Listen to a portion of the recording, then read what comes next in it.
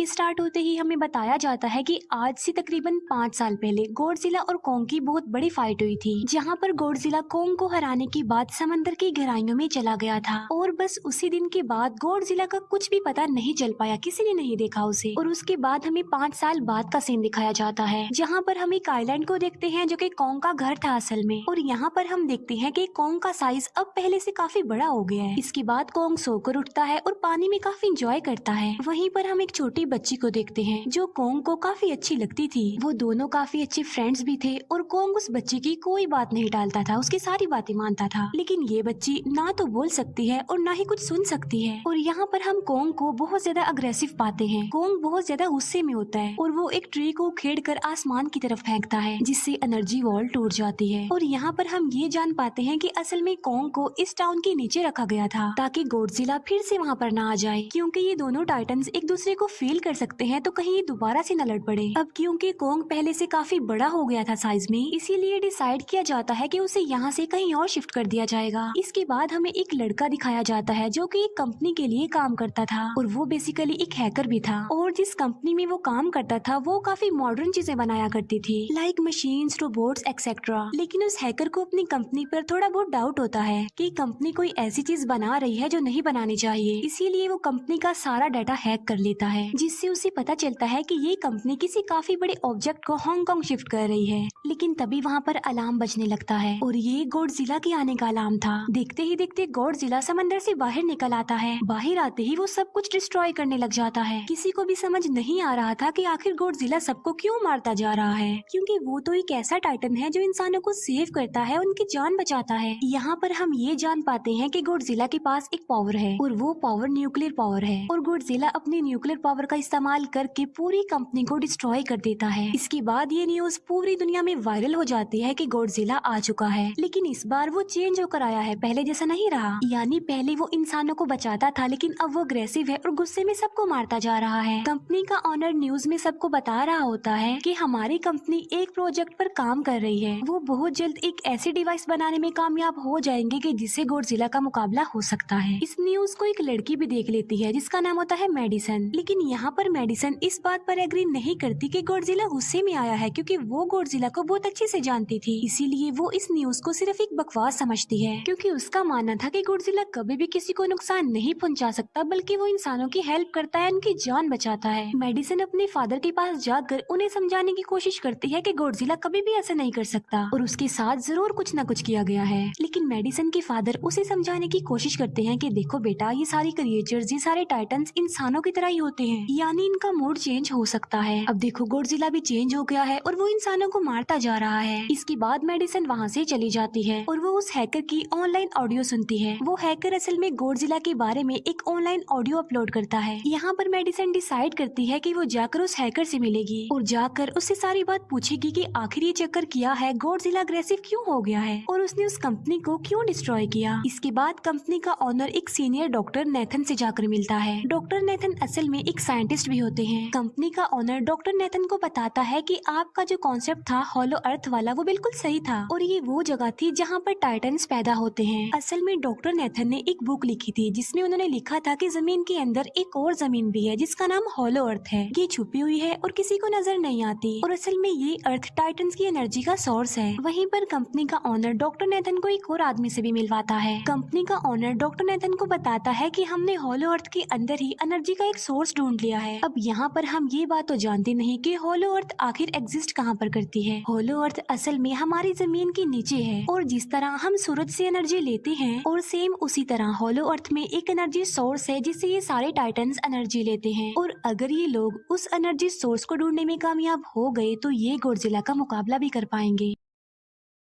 Doctor Nathan उनसे पूछता है कि आखिर हम उस हॉलो अर्थ तक जाएंगे कैसे, क्योंकि अब से कुछ साल पहले मेरे भाई ने भी वहाँ पर जाने की कोशिश की थी लेकिन वो नहीं जा पाया और मर गया। यहाँ पर हम ये बात भी जान पाते हैं कि हॉलो अर्थ में ग्रेविटी नहीं होती, इसीलिए वहाँ पर हर चीज हवा में उड़ने लगती है। जिस पर कंपनी का ऑनर डॉक्टर नेथन को कहता है कि आपको इस बारे में फिक्र करने की कोई जरूरत नहीं है, क्योंकि हमारी कंपनी ने एक एंटी ग्रेविटी कार बनाई है जिसकी मदद से हम वहाँ यानी हॉलो अर्थ पर जाएंगे। कंपनी का ऑनर ये भी बताता है कि हर टाइटन्स में में एक एबिलिटी होती है जिसकी मदद से हर टाइटन अपने घर को ढूंढ सकता है, इसीलिए हमें एक कॉन्ग की हेल्प लेनी चाहिए। इसके बाद डॉक्टर नेथन अपनी एक फ्रेंड जो कि डॉक्टर भी थी उससे मिलते हैं और ये फीमेल डॉक्टर कॉन्ग की देखभाल भी करती थी। डॉक्टर नेथन उस फीमेल डॉक्टर को समझाने की कोशिश करते हैं कि हमें कॉन्ग को उसके घर पर भेजना चाहिए और उसका घर होलो अर्थ है क्योंकि हम उसे ज्यादा टाइम के लिए यहाँ पर नहीं रख सकते और अगर वो यहाँ से बाहर निकला भी तो गॉडजिला उस पर अटैक कर देगा, इसीलिए कॉन्ग सिर्फ होलो अर्थ में ही सेफ रह सकता है। अब थोड़ी बहस के बाद फाइनली वो फीमेल डॉक्टर भी इस बात के लिए एग्री हो जाती है क्योंकि इसके अलावा उनके पास और कोई ऑप्शन जो नहीं था। फिर ये लोग अपनी पूरी आर्मी के साथ कॉन्ग को होलो अर्थ की तरफ ले जाने लगते हैं। कॉन्ग को ये लोग चेन से बांधकर ले जा रहे थे। कॉन्ग की फ्रेंड यानी वो छोटी बच्ची कॉन्ग से इशारों में बातें करती है। बच्ची बताती है कि कॉन्ग को गुस्सा आ रहा है क्योंकि उसे जंजीरों से बांधा हुआ है। आर्मी का लीडर उस फीमेल डॉक्टर को कहता है कि हम गॉडजिला के रास्ते से नहीं गुजरेंगे और हम किसी दूसरे रास्ते से ही जाएंगे ताकि गॉडजिला को पता न चल पाए, जिस पर वो फीमेल डॉक्टर कहती है कि जी हाँ बिल्कुल हमें ऐसा ही करना चाहिए क्योंकि गॉडजिला और कॉन्ग की काफी पुरानी दुश्मनी है क्योंकि वो दोनों ही खुद को मॉन्स्टर्स का किंग समझते हैं और अगर वो दोनों एक दूसरे के सामने आ जाते हैं तो तबाही मचा देंगे। फिर हम मेडिसन को देखते हैं जो कि अपनी फ्रेंड को लेकर उस हैकर से मिलने जाती है। यहाँ पर वो हैकर उन लोगों को बताता है कि असल में कंपनी एक काफी बड़ी चीज बना रही है और उस चीज को बनाकर हांगकांग शिफ्ट कर दिया जाएगा, लेकिन गॉडजिला को ये बात पसंद नहीं आई, इसीलिए उसने उस कंपनी पर अटैक करके उसे डिस्ट्रॉय कर दिया। फिर हम देखते हैं कि कॉन्ग वाली शिप में अलार्म बजने लगा है। वो बच्ची फीमेल डॉक्टर को बता रही होती है कि गॉडजिला आ रहा है। डॉक्टर नेथन कहता है कि अब क्योंकि गॉडजिला बाहर आ रहा है तो हमें कॉन्ग को भी आजाद कर देना चाहिए, यानी उसकी चेन्स खोल देनी चाहिए ताकि वो गॉडजिला का मुकाबला करके हम सबको बचा ले। और अब फाइनली गॉडजिला बाहर आ जाता है जो एक शिप को डिस्ट्रॉय करते हुए आगे बढ़ रहा था उन लोगों की तरफ। जब कॉन्ग को पता चलता है कि गॉडजिला आ रहा है तो वो जोर से चिल्लाने लगता है, लेकिन उसे तो चेन से बांधा गया था। फिर ये लोग गॉडजिला पर रॉकेट और मिसाइल से अटैक करते हैं जिसका गॉडजिला पर जरा भी असर नहीं होता। जो उन लोगों के प्लेन्स होते हैं गॉडजिला उन्हें भी डिस्ट्रॉय कर देता है और अब गॉडजिला कॉन्ग वाली शिप की तरफ बढ़ रहा था। गॉडजिला उन लोगों के सारे शिप्स को डिस्ट्रॉय कर देता है और यहाँ पर गॉडजिला उनके शिप को पलट देता है जिससे कॉन्ग और बाकी लोग समंदर में डूबने लगते हैं। फिर वो लोग कॉन्ग की चेन्स को खोल देते हैं ताकि कॉन्ग गॉडजिला का मुकाबला करके उन सबको बचाए। फिर गॉडजिला और कॉन्ग की ग्रेट वॉर होती है जिससे कॉन्ग गॉडजिला को समंदर में काफी नीचे फेंक देता है। फिर वो पलटी हुई शिप को सीधा करता है ताकि सब लोगों की जान बच सके, लेकिन गॉडजिला एक बार फिर से उठता है और वो उस शिप की तरफ जा रहा था जिसमें वो बच्ची थी। और यहाँ पर कॉन्ग एक शिप से दूसरी शिप पर जंप करके फाइनली उस शिप तक पहुँच जाता है जहाँ पर गॉडजिला आ रहा था। यहाँ पर कॉन्ग गॉडजिला को एक जोरदार पंच मारता है। फाइट बैक करते हुए गॉडजिला भी कॉन्ग को मारता है जिससे कॉन्ग नीचे गिर जाता है। कॉन्ग एक बार उठकर फिर से गॉडजिला को मारता है और गॉडजिला जाकर समंदर में गिरता है। इस बात से गॉडजिला को काफी गुस्सा आ जाता है और यहाँ पर वो अपनी पावर यानी न्यूक्लियर पावर का इस्तेमाल करता है। ये देखकर कॉन्ग जल्दी से अपनी जान बचाने के लिए पानी में कूद जाता है। गॉडजिला की जो न्यूक्लियर पावर की लाइट होती है वो हर जगह फैल जाती है। सब लोग उसे देखकर काफी हैरान रह जाते हैं और यहाँ पर हमें अंदाजा हो जाता है कि गॉडजिला कितना ज्यादा पावरफुल है। फिर समंदर के अंदर ही उन दोनों के बीच फाइट होने लगती है। गॉडजिला तो पानी में सांस ले सकता था, लेकिन कॉन्ग जो कि इंसानों की तरह था वो पानी में सांस नहीं ले सकता।